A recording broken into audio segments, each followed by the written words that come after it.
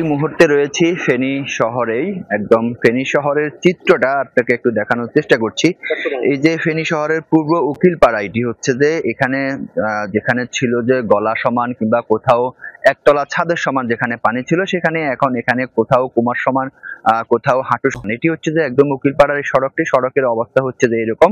এর বাইরে হচ্ছে যে সড়কের ভিতরে যে বাড়িগুলো রয়েছে, ঘর বাড়ি রয়েছে, অনেকের ঘর বাড়িতে কিন্তু এখনো নিচতলা কিন্তু থাকা শুরু করতে পারেনি। যারা উপরে আশ্রয় নিয়েছে তারা সেখানে রয়েছে, এখনো ঘর বাড়ি থেকে পানি নামেনি। আমি যদি এর বাইরের কথা যদি বলি, যে ফুলগাজী, পরশুরাম এবং ছাগলনাইয়া, সেখানে কিন্তু পানি কমেছে সব, তবে পানি কমার সাথে সাথে সেখানে ক্ষত চিহ্নগুলো এখন কিন্তু দৃশ্যমান হচ্ছে। একদম পানি নামার সাথে সাথে যেটি দেখা গেছে, সড়ক একদমই লন্ডভন্ড হয়ে গিয়েছে। সেখানে ভোগান্তি আরো কিন্তু বাড়বে, কারণ হচ্ছে যে এই সড়কগুলোতে চলাচল করা কষ্টকর হয়ে যাবে।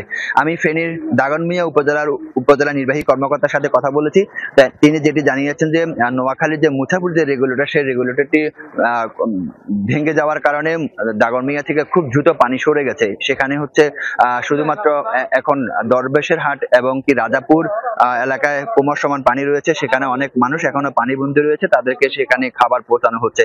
অন্যদিকে হচ্ছে ফেনীর সদরের ধলিয়া ইউনিয়নে এখনো কোমর সমান পানি রয়েছে। তবে ত্রাণ কার্যক্রমের ব্যাপারটা যেটি, আমি এটি নিয়ে জেলা প্রশাসকের সাথেও কথা বলেছি। তিনি যেটি জানিয়েছেন যে সকল একদম গ্রামীণ যে সকল জনপদ রয়েছে, যেখানে পানি এখনো অনেক বেশি রয়েছে,